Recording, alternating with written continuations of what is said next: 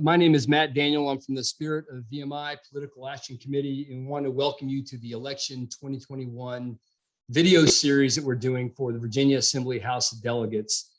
The elections that are coming up in September through November of 2021. And before I go on, I want to put this plug in to vote early. Get to the polls and vote early if you can. And if I remember to do it, then I will try to remind you at the end of this this video as well. Today we have with us Gina Ciarcia from the Virginia House of Delegates 2nd District, who is running against an incumbent who has been in for how long, Gina? 8 months. Okay, who replaced Jennifer Carroll Foy about 8 months ago in a special election. So Gina, the way this is going to work, I'm just going to ask you some questions. Gina has already seen these questions, and we do that for anybody who interviews with us. I don't care what stripes they are and what side of the aisle they sit on, but we don't want to play stump the chump. We want people to come prepared to answer questions, and they're legitimate, straightforward questions. Hopefully we'll see that there is some discussion about VMI and about local issues as well, so that Gina can use this as a set of advertisements or talking points or whatever to illustrate where she stands on critical issues that are of issue with the Virginia House of Delegates 2nd District. Gina, we're going to give you the raw video later. You can chop this up if you want to and make sound bites as you'd like. Along with Gina's interview, we're doing many others. We just did Mary Margaret Castleberg last week, Virginia 73rd. Tim Anderson's coming up in a couple of days. Tara Durant within the next week and a half. JD Maddox from the 45th in Alexandria coming up very soon. Mike Cherry this weekend on from the 66th. Mark Early, Chris Hughes, Jason Ballard will be interviewing us very soon. Glenn Davis and Ronnie Campbell as well from the 24th. So lots of interviews, and we're really, really proud and excited about talking with Gina this morning. So Gina, I didn't even ask you, how are you doing? I'm well, thank you. And how are you? I'm doing good. How are things going? How is the campaign going? It's going well. We're working very hard. Our campaign has already knocked over 5,000 doors. The reception at the doors is good. We're raising money. We're doing events. We're getting out there with the voters. So it's going really well. And we're getting a lot of great feedback from the community. We just did an event this past week in Fredericksburg, and Gina showed up along with Tara Durant to sort of get out the vote, get the name out, meet the people who are supporters from VMI, from the Spirit of VMI and other ancillary VMI. We went to a baseball game, Fredericksburg Nationals against the, I don't know, Carolina Mud somethings, and it just so happened that the local team won, so that was cool. But it was good to meet Gina in person and to set this interview up. So thank you for showing up. That added legitimacy to our event, Gina, so we're very happy with that. Thank you. You're welcome. It was fun. I had a good time, and the food was good, and the company was great. Yeah. Yep. Good. Thank you. So Gina, I'll just get to the questions now. Have you been to Lexington and toured the Post?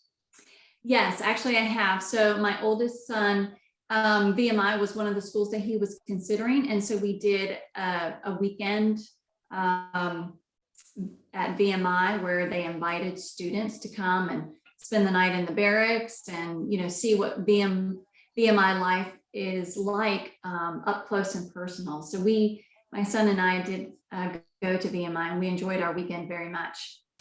Good. Okay. We just like to see that a candidate has some awareness on the map where this thing is and some idea of what its structure looks like. If you were just to kind of wander through Lexington, you might find that VMI looks, if you didn't know that it was there, it looks like a prison. And so you might wander through and go, yeah, I didn't see VMI, but I saw this prison there. Well, that's VMI. We like to kind of laugh about it. That impression that it provides. I thought it was great, actually, and we really enjoyed the parade at the end of the weekend. Awesome. Yeah, that was very well done. We were really impressed. Yeah, VMI is proud of its parades and its band that supports all that, and how hard the cadets work to put this show together. As a cadet, I'll tell you though, there's no fun doing it. So the next thing is the VMI Mission Statement. So VMI Mission Statement, it's too long to read the whole thing right now, but it calls out advocates that we will provide education to, the advocates of the American democracy and free enterprise system. And it will provide education of the highest quality to qualified young men and women embracing science, engineering, the arts, and conducted and facilitated by the unique VMI system of military discipline. Are you aware of that mission statement? Do you have any thoughts about that? Yeah, so I did become acquainted with the mission statement during the weekend that we attended the VMI open house for prospective students, because they also had events and forums for us as parents. And so they went over the mission statement, but it was good to read it again. And I really enjoy and think that it's very wise to put together a liberal arts education with that component of military and physical discipline, because I think it comes across as a bit more of a holistic approach to the person. Many universities, they just are going to approach it from an academic stance, and they're going to try and exercise and pump up the brain, but they leave the body out. There is there might be maybe a physical education requirement, maybe 1 or 2 semesters here and there, but that's going to be about it. And it's not very intentional. It's just check the box by doing something that meets the requirement. But VMI takes it to another level, because we are a whole people. We are a mind that's inside a body. So you have to work at the whole person. And so VMI comes much closer to capturing that than many other state schools. Right. Well, thanks for that. And as an elected representative of Virginia, you're going to be called upon to provide support to all the state schools and other things. But so in that light, would you agree that VMI is a resource that should be funded consistently and without the strings attached that are coming and that are the subject of much of the reason why we're in existence in the first place? So would you agree that you would provide funding and support for funding and leadership to ensure funding for Virginia Military Institute?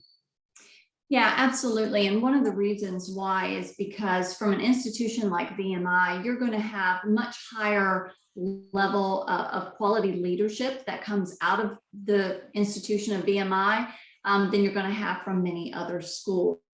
Like I said, one reason that I see that being the case is you have the liberal arts education combined with the physical military discipline, which is, and the discipline is such an important component, because all successful leaders must be extremely well-disciplined and self-disciplined. And VMI gives them the tools to do that. Whereas maybe, some of the other schools are not quite as good at that as VMI is.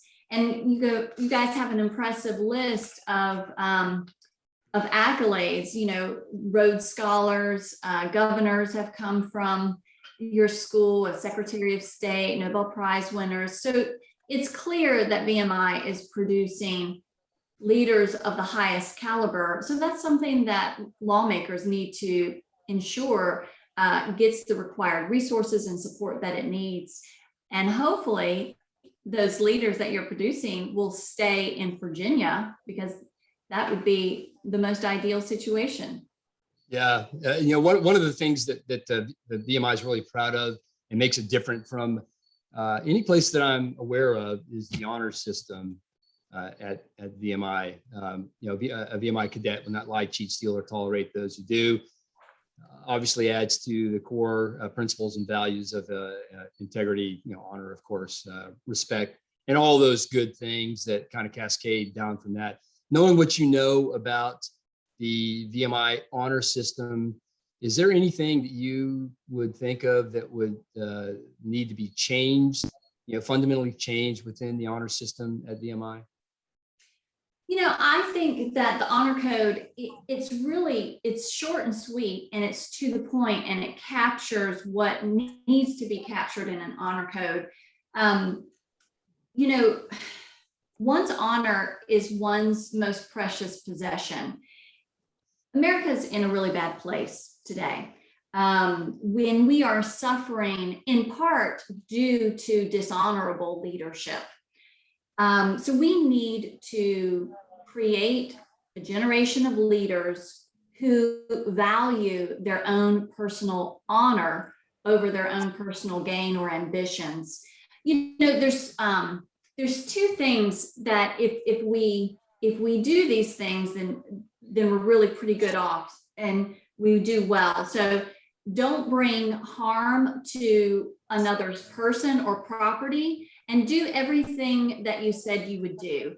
If you can manage to follow those two simple rules there, then you ultimately, you're not going to be breaking any criminal, civil, or contract law. And I think that the honor code really reflects that in the way that it's stated. Don't do any, harm to another's person or property, and do everything that you said you would do. So your honor code really is a reflection of those ideas. And also it's a reflection of do unto others as you would have them do unto you. So yeah, I think it's great. Yeah, well thanks. Yeah, and it's one of those things. It's a sort of a crown jewel that that most VMI alumni are very, very defensive of, to make sure that the aspects, the key aspects, or all the aspects, it doesn't need to be, if it doesn't need to change, it doesn't need to be changed just for change's sake. So it's an issue with us. But getting on to other issues, the big hot issues right now that are going on in Virginia, and especially in Northern Virginia, and it may not specifically be in your district, or maybe you tell me different, is education, and critical race theory being taught in education. So we notice that CRT is exploding through Northern Virginia and really throughout the country, but specifically in Northern Virginia, near or in where you live. The NEA has announced in July that it encourages the teaching of CRT in schools, wants to hire staff to fight back against those who oppose it, and create. They'd like to create a national day of action to start dialogue around it and around systemic racism. So what are your thoughts about all that, about education in general, and or about CRT in education? I can't speak to whether the NEA is witting or unwitting about the results of their agenda on critical race theory, but if they go through with what they intend to, they will ultimately undermine and wreak havoc in this country. Whether they're doing that intentionally or not, I can't speak to that. I have several issues with critical race theory. For one thing, it makes absolute statements about an individual based solely upon the color of their skin. And if that isn't racist, then I don't know what is. Okay, so anti-racism is actually racist. It's also rooted in Marxist ideology. If you've read Marx's Communist Manifesto, you see that there's two categories. There's the category of the oppressor, and in the case of Marx, that was the capitalist. And then you have the category of the oppressed, and for Marx, that was the proletariat.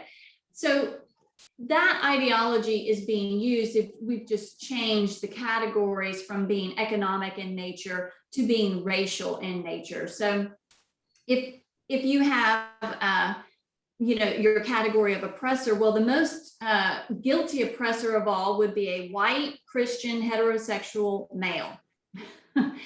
And then those who are oppressed, of course, they use intersectionality to determine what level of oppression someone is.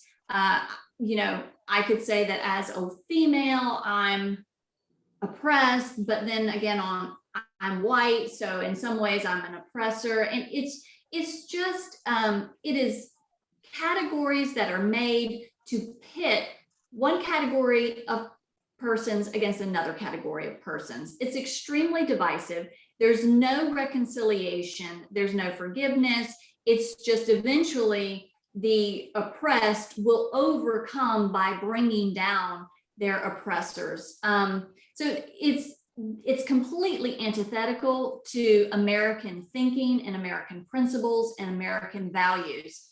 Also, critical race theory, it's assumption based. It's not based upon facts, because when you look at the facts, when you look at the numbers, they don't line up with the claims that are being made. And we know too that intersectionality, which plays very nicely into identity politics, is absolutely lethal for the body politic in America. It just, like I said, it puts people into different groups, racks and stacks them, and pits them against one another. And also too, you know, it's not taking a contextual, holistic look at the history of slavery in America.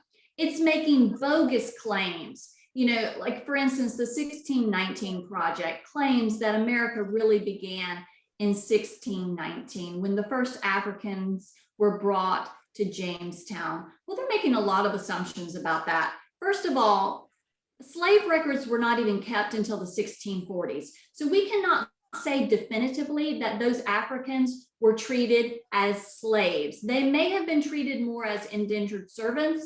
We don't know. Also, too, to state that Americans bought those slaves or those Africans and made them slaves is completely untrue, because those individuals were British. They were not Americans. Americans did not come into being until 1776. You know, we often talk about Paul Revere's Midnight Ride, and, you know, supposedly he was saying, the British are coming, the British are coming, which actually that's pretty absurd, because they all considered themselves British subjects. So for Paul Revere, most likely didn't even say that. Now, Longfellow in his poem had him say that, and maybe that's why we think he said that, but he would have said something more like the redcoats are coming. So those individuals at Jamestown in 1619, they were not Americans. They were British. And so they're taking certain aspects of history and they're twisting them to fit them into the narrative that they want to push. So I disagree wholeheartedly with CRT. It has absolutely no place in our classrooms, whether it's in our K through 12 schools or in our institutions of higher learning, because it is a politically and racially charged agenda that is being pushed by folks who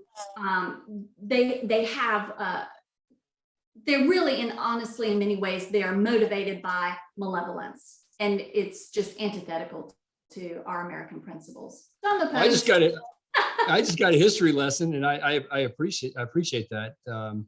A well thought out response, and that's something that I'll look into a little bit more. I mean, I knew about the 1619 Project, but I wasn't aware. I really didn't frame the Paul Revere part, previously like that. So I'll look at it again. Thanks for the information there. COVID and masks. No interview would be complete without talking about the COVID, the China virus. How do you feel about the mask mandates in schools and anything along with that? I think it's ridiculous for multiple reasons. Here's just a little anecdotal reason right here. As I was coming back to my house this morning from dropping off my littlest boys at their school, I see clumps of children waiting on the corner for the bus. Probably have a dozen kids there and a sprinkling of parents, all definitely within less than 6 feet of one another, nobody having masks. So I guess maybe they pull up their mask once they trot onto the school bus. So we have plenty of opportunity for supposed infection to go on right there at the bus stop, when these children play with one another outside of school in the neighborhood.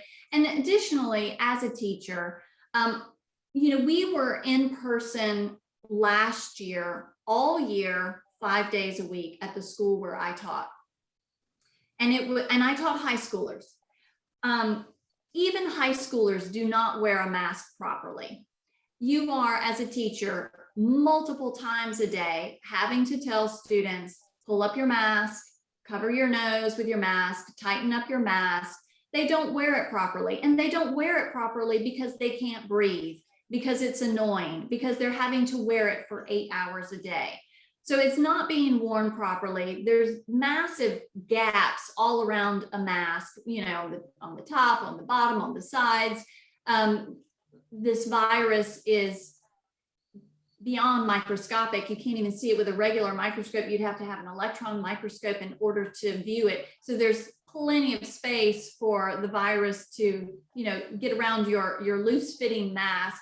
And it brings in an element into the daily life of the classroom where now there's more tension, another item that the teacher has to, kind of stay on students about. And it's not worth it, in my opinion. It's just not worth it. And especially whenever you look at the rate of infection of these young children, they are not susceptible to the coronavirus like older folks are. I don't see the need to bring the stress into the daily life of the classroom, particularly when the benefit is negligible or even non-existent. Well, thank you for that, and the personal experience. I honestly, I was not aware that you were an educator, so that's good firsthand experience. What about law enforcement? What do you think about law enforcement and policing in your local jurisdiction? Right. So the purpose of law is to protect your person, your property, and your liberty. But a law doesn't mean anything unless it is enforced, right?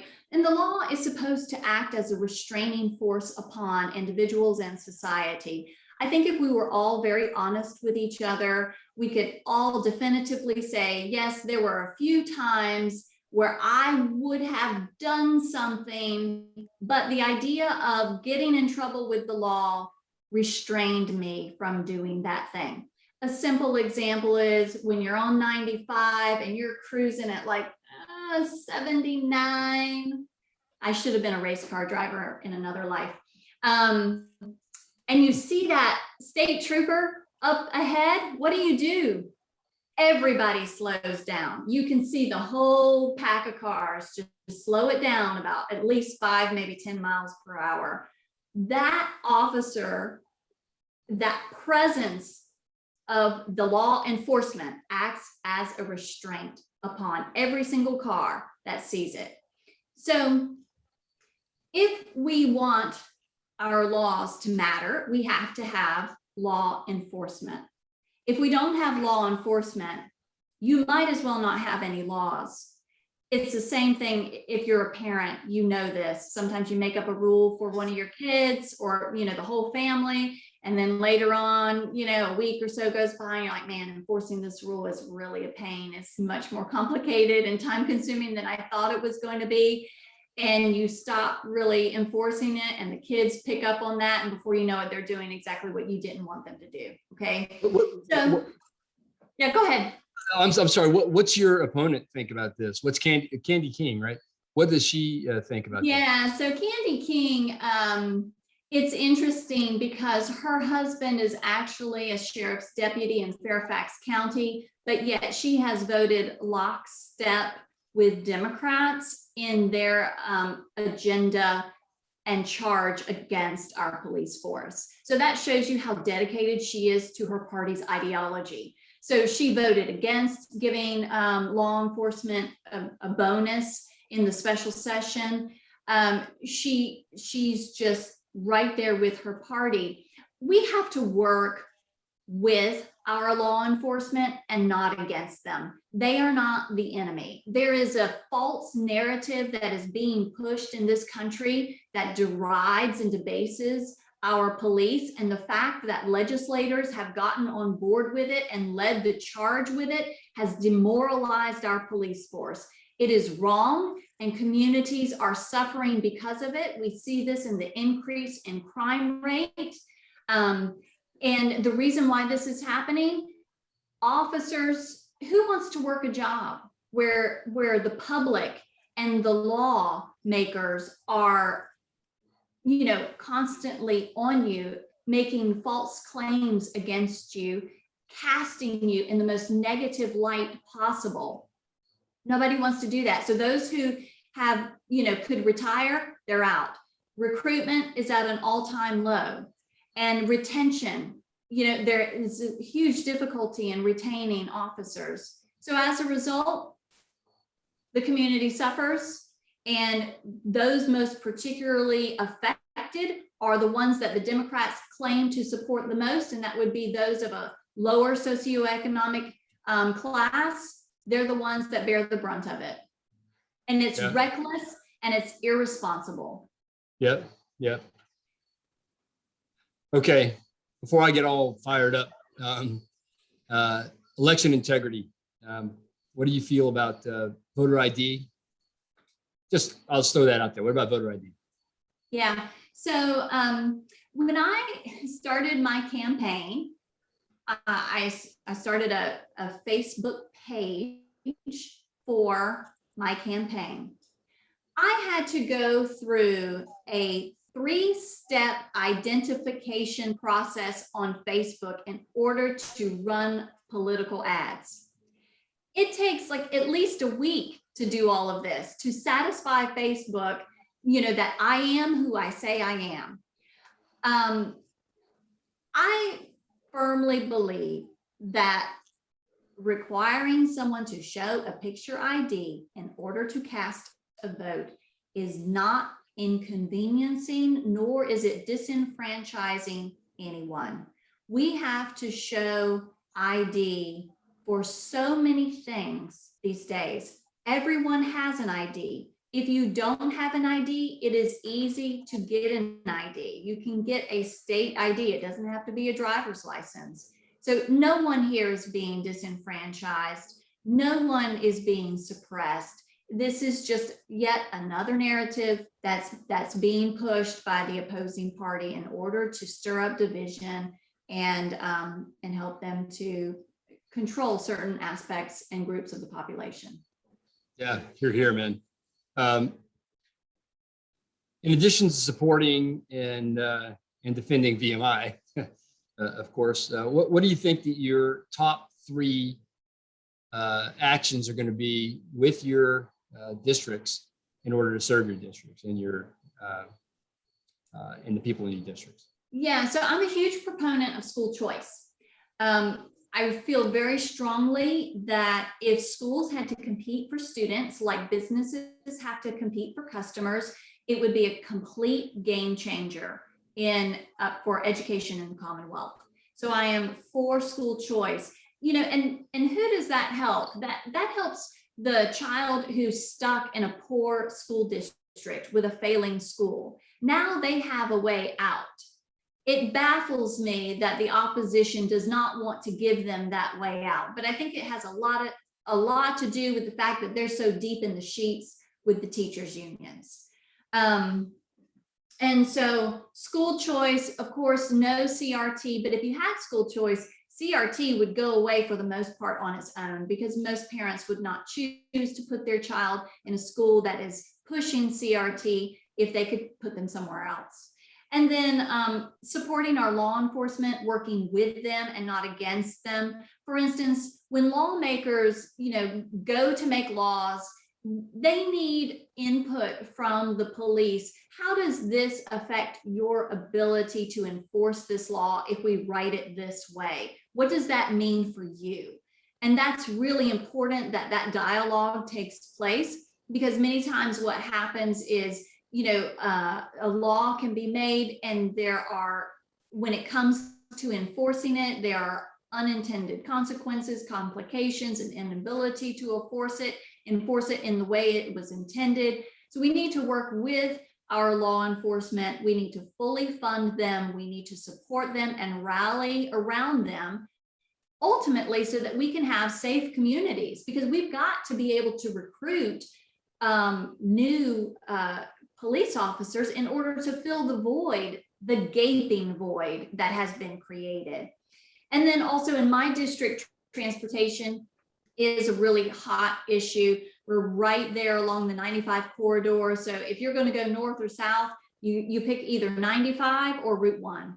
And they're both at various times of the day and week awful. And so transportation is something where we need to look for some very realistic solutions, doable solutions regarding transportation. Some of the candidates in the past have put forth really bogus options. For instance, the General Assembly has no say over the rate that's charged to use the express lanes. So don't even go there and say that you're going to do something about that, because you can't. Another thing is, other candidates like Jennifer Carroll Foy, she said that she was going to bring the metro into Prince William County. That's a huge project, very long-term, with a lot of financial strings attached that the county may not even be able to accommodate. So let's make realistic and doable solutions for the traffic issues that we have in the 2nd District. Well, for the sake of time, we can't. I'd love to ask you a bunch of other questions. I mean, right to work and all these things, but I think we're running out of time, and I want to make sure that we say thank you to you. I want to make sure that we recognize the plaques and on the wall behind you. Your husband was a U.S. Marine and is now still serving in one way, shape, or form, and God bless him and God bless your family for that. And thank you for all that you have given, all that he has given. And so we appreciate that. But I do want to check and see. The other night at the baseball game, I gave you one of these things, and I want to see if you have it with you, because if not, then next time I see you, you owe me a beer. Or if you have it, then I owe you one. Matt, I've got 2. You owe me a beer. There you go. That's a VMI challenge coin. VMI is good. Spirit of VMI challenge coin, and you're well prepared for that. So thank you. Do you have any other thoughts before we close this thing up? Yeah, so I would just say, there's a lot of folks right now that are very disconcerted about the things that they see going on in the Commonwealth and our nation at large. At the time of the making of this interview, things in Afghanistan, we had 12 Marines that were killed and a Navy corpsman just yesterday. Folks are stunned. They're shocked. They are troubled. I would say get involved then. Don't abdicate your duty to someone else. Don't kick the can down the road. Don't say somebody else will do it. No, you do it. You get involved. And that can look like, different things, whether it's running for office or helping a candidate like myself who is running for office. But we're Americans. And if we love our country, and if we love our Commonwealth, then we will do something to turn this ship of state around. Yeah, which is why you're doing what you're doing. We had a long conversation about that on Wednesday night, and we really appreciate you doing what you're doing. It's precisely why we're doing what we're doing, to try to support people like you that can help us make a change where we think centers of gravity have to be. So with all that being said, I want to thank you for that. And we want to officially endorse you as a candidate for the 2nd House of Delegates district in Virginia. And we want to stay in touch with you and try to help in whatever way that we can. We'd also like to ask you, our little catchphrase is VMI is good, but we're going to ask you to say that if you feel like it is. Can you tell me that VMI is good? Absolutely. VMI is good.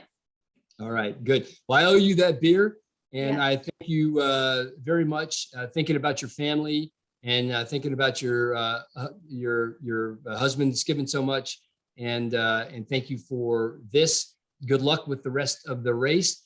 I'm supposed to remind myself to tell everybody, vote early if you can. That frees up one less person, one less door that someone has to knock on, and it allows that person then to go out and recruit other people to help and to support the candidates that should be in place. So thank you very much. Vote early, and we'll talk to you soon, Gina. Okay, thank you for having me. Have a great day. Okay.